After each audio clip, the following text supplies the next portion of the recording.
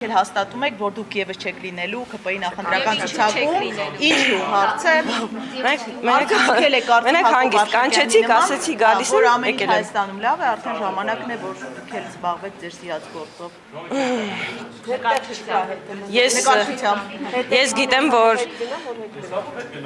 Ես գիտեմ, որ կան մարդիկ, որոնք չեն ցանկանում հիշել ինչ ա եղել 18 թվականից առաջ, կան մարդիկ, որ իրոք չեն հիշում, դա նորմալ է, մարդու հիշողության հետ կապված, բայց 18 թվականին ես իմ թիմի հետ ենք քիչ մարդկանցից էինք, որ փոփոխություն արեցինք Հայաստանում, որը անհնարին էր թվում։ Եվ այդ ժամանակ կարծում եմ նորմալ եւ օրինաչափ էր, որ ես թիմի հետ այստեղ էի։ 21 թվականին էլի կլինեն մարդիկ, որ չեն համաձայնվի, բայց 21 թվականին ես ներսից իմ թիմի հետ տեսել եմ ինչ է նշանակում, երբ որ դու կանգնած ես պետության ու պետականության կորստի առաջ, իրոք կարող է դուք դա չեք զգացել, եւ ես երջանիկ եմ, որ դուք դա չեք զգացել, ես դա զգացել եմ, ես դա ապրել եմ իմ ընկերների հետ ու ես չգիտեմ, հպարտանում եմ, որ մենք այդ ճգնաժամի միջով անցանք։ Եվ այդ ժամանակ թիմին լքելը նույնպես կլիներ դավաճանություն, ես այդպես եմ կարծում, պետք էր ձիգ կանգնել, որովհետև հարցը ոչ թե քաղաքացիական պայմանագրի կամ իշխանության մեջ էր, հարցը պետության ու պետականության կորստի մեջ էր։ Դրանից հետո ես կարծում եմ, որ հատկապես այս տարի շատ լավ արդյունքների ենք հասել, էլի անհնարին ժանրից թվացող խաղաղության պայմանագրի նախաստորագրում ա եղել,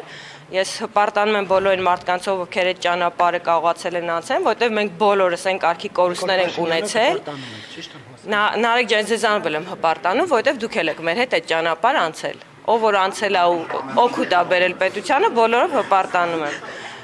Մենք հիմա հասել ենք այն վիճակի, որ պետք է մարդիկ աշխատեն, երջանիկ լինեն, խաղաղ ապրեն։ Հիմա լավ չի, որ այդ վիճակում է։ Ես կարծում եմ, որ Հայաստանի համար սկսել են լավ ժամանակներ, մեր պետությունը պետքա ծաղկի, մարդիկ պետքա լավ աշխատեն, այս պահին ուզում եմ գնամ հիմա էլ այնտեղ աշխատեմ, պետությունը ծաղկեցնեմ։ Որտեղ որ աշխատել եմ 18 թվականից առաջ, ժողովուրդ ջան, ես հո դպրոցից չեմ հելել եկել ստեղ կամ չգիտեմ, փողոցից եմ եկել։ Ես շատ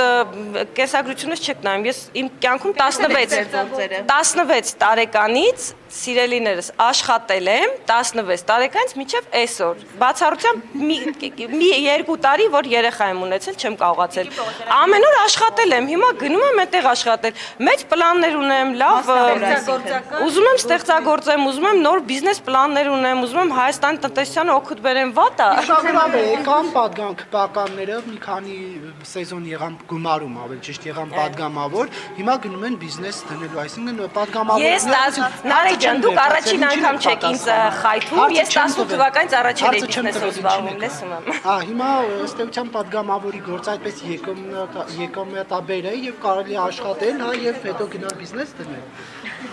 Սիրելի Նարեկ, առաջին անգամ չի, որ այդ հարցով դու ինձ խայթում ես։ 18 թվականից առաջ ես աշխատել եմ, բիզնես եմ ունեցել, շատ ավելին եմ վաստակել, քան ազգային ժողովում եմ վաստակում։ Ես օրենքը պահպանող, հարգող պատգամավոր եմ, ես երբեք ինձ թույլ չէի տա պատգամավորական գործունեությանը զուգահեռ որևէ գործունեություն ծավալել, որովհետև դա անօրինական է եւ հակասահմանադրական։ Հիմա ես ուզում եմ իմ ընտանիքի համար ավելի լավ ժամանակներ բերեմ։ Ինչ մեղք ունեն իմ երեխաները։ Շարունակելու եք մնալ կուսակցությունում, թե դուրս եք։ Շարունակել եմ կուսակցությունում մնալ, դա ոչ մի բան չի փոխվում, երբ որ իմ ընկերներն իմ կարիքը կզգան, ես նորից կլինեմ իրանց կողքին, ընտրություններին իրանց օգնելու եմ։ 26 թվականին քաղաքացիական պայմանագիրը վստահ եմ, որ հաղթանակ ունենալու եւ լավ հաղթանակ ունենալու։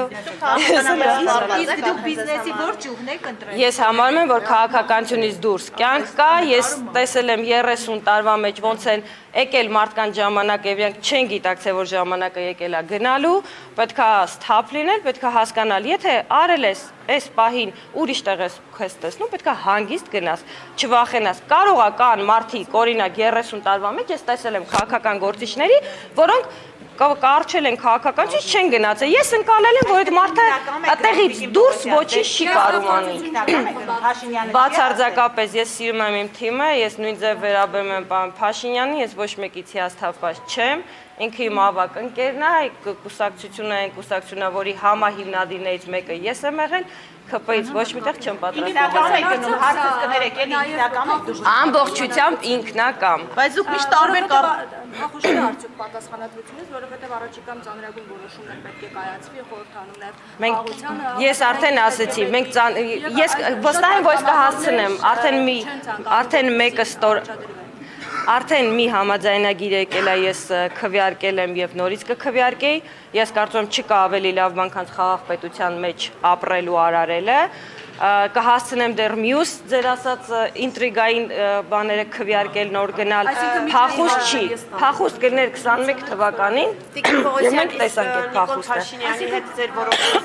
Նիկոլ Փաշինյանի հետ ձեր որոշման մասին քննարկում ունեցել եք, ինչպես է նա արձագանքում։ Ոչ, պարոն Փաշինյանը մեր ոչ մեկի ազատ կամ արտահայտման վրա ազդեցություն չի ունենում։ Չէ, ազդեցության մասին չեմ ասում, ոնց է արձագանքում։ Բայց տեղեկություններ կա, որ ասել են ովքեր չառաջադրվեն խնդիրներ։ Ես պարոն Փաշինյանի հետ չեմ խոսել այդ հարցով։ Պարոն Փաշինյանը երբևիցե, ես չգիտեմ Նարեկ ինչ ինֆորմացիա ունի եւ Նարեկին ոնց են վերաբերվել, երբևիցե իրեն ճանաչած առաջին օրվանից որևէ մի օր ինքը իմ ազատ կամ արտահայտման վրա ազդեցություն չի ունեցել եւ դա չէր կարող լինել։ Զայրանին ասում էր, որ պետք է SMS-ով պետք է հեռանալ խմբակցությունից, դա ազատ կամ Դուք ասում եք, ես ասում եմ իմ հետ նման բան չի եղել, եթե մարդիկ այնպես են, եթե կան մարդիկ, որոնք ունենում են այնպիսի վարքագիծ եւ հետագիծ, որ լավ չեն ընկալում ինչա կատարվում եւ իրանց պետքա բացատրել ինչա կատարվում, այդ մարդկանց խնդիրն է։ Ես ասում եմ, ես այդ խնդիրը չեմ ունեցել։ Ես միշտ իմացել եմ ինչա պետք անել։ Բայց արդյոք սա չէ խոսում այն մասին, որ խնդիրներ այնուամենայնիվ խմբակցությունում կան, որովհետև էլ պատգամավորներ կան, որոնք չեն ցանկանում։ Ես հասկանում եմ, դուք ինչ շատ եք սիրում։ Ուզում եք ես մնամ խորհրդարանում։ Տեսեք, եթե ես չեմ կանգնում այստեղ եւ ճեպազրույց տալիս եւ դա չի նշանակում, որ ես пассив եմ։ Ես իմ հանձնաժողովում իմ ամենօրյա աշխատանք արել եմ։ Այն ինչ հասնում է ինձանից, ես արել եմ։ Եթե պետքա քաղաքական, ես հասանք պատարակներին, անկեղծ խոսում եք դրա մասին խոսել։ Դա որովհետև ընկալում եմ որպես աջակցություն Լավ, հիմա վարչապետի ես այդ թեմային չէի ցանկանում անդրադառնալ, բայց ես Նարեկը ստիպեց։ Ես առհասարակ պատարակների չեմ գնում, շատ վաղ ժամանակ հասկացել եմ եւ դրա մեղավորը եւ ճակերտավոր եղել է հենց Գարեգինը եւ իր քահանաները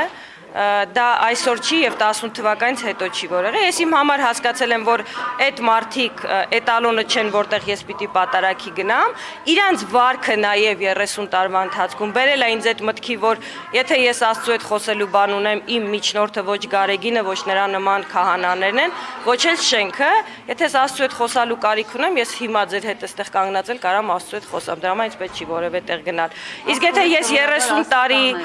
Աստծո տունը ամբողջ տիեզերքն է։ Եթե Աստված ամեն տեղ է,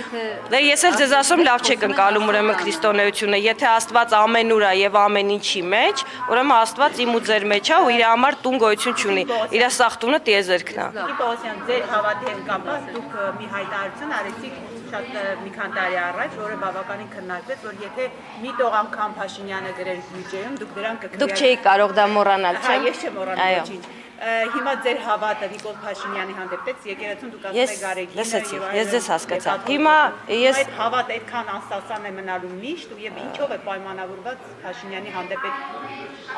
մեծագույն հավատը։ Okay, ես հասկանում եմ, որ 18 թվականի ամփորձ քաղաքական ամփորձ մարդու արտահայտությունը դուք շատ երկար ժամանակ շահարկեցիք։ Իդեպ ես շատ կարևոր հարց էի բարձրացրել։ Ես հարցնում էի պարոն Փաշինյանին, ինչպես ենք մենք կարողանալու ազատվել Ռուսաստանից էներգետիկ կախվածությունից, ինչ քայլեր ենք անելու։ Դա ձեզ էական չէր։ Իսկ խոսքը ձևակերպելը,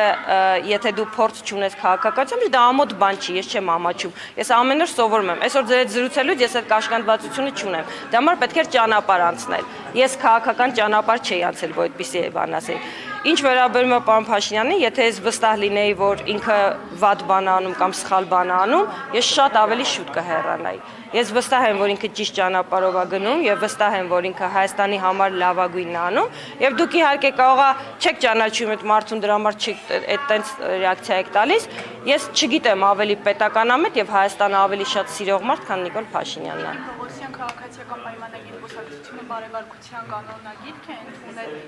ինչ եք կարծում Էթիկայի կանոնագիր։ էթիկայի։ Սա Թաթոյանի ասուլիսից հետո արված հայտարարությունների շարունակություն։ Մեզ անկեղծ ասած չգիտեմ ինչ էթիկայի կանոնագրքի մասն եք խոսում։ Օրեն հայոյանք ինչ են հայոյանում։ Վարչապետը արավոր չզարթի եւ գնի գրի Facebook-ում սրբազան ինձ հետ ինչ գործ ունես գնա քերակնոջը դոմբիր երևի դա զսպելու Վարչապետը արդեն ասել է, որ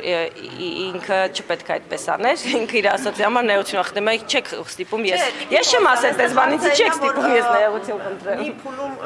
հնչում են հայոյանքներ, քապական տարբեր պաշտոնյաների կողմից արտահայտություններ, որոնք ըստ էս էթիկայի կանոնագրքի, որ ընդունել են, պետք է չհնչեին, եւ հիմա այսինքն ինչ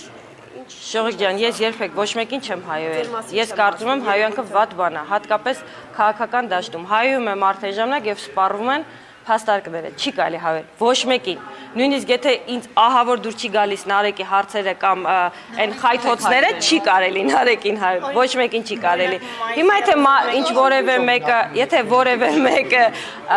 օրինակ նեղված ա եղել կամ զայրացած ա եղել նման ձև արտահայտվել, հետո ասում ա կներեք, ես այդպես էլ չեմ անելու, նորմալ ա, բան մեծահոգի գտնվեք, աստծուց ենք խոսում։ Նիկոլ Փաշինյանը գրում էր հենց այդ գրառումը, հա, ներողություն դոմփելու մասին։ Դուք անձամբ իրեն ասում եք, որ դա ճիշտ չի, ասում եք ընկերներ են։ Ես կառավարական շենքում չեմ եղել, որ ասեմ պարոն Փաշինյան մի գրեք։ Գրառումների մասին է խոսում։ Ես չի եղել այդպես, որ շփում ունենամ պարոն Փաշինյանն հետ, որ ունենայի հաստատ կասեի պարոն Փաշինյան,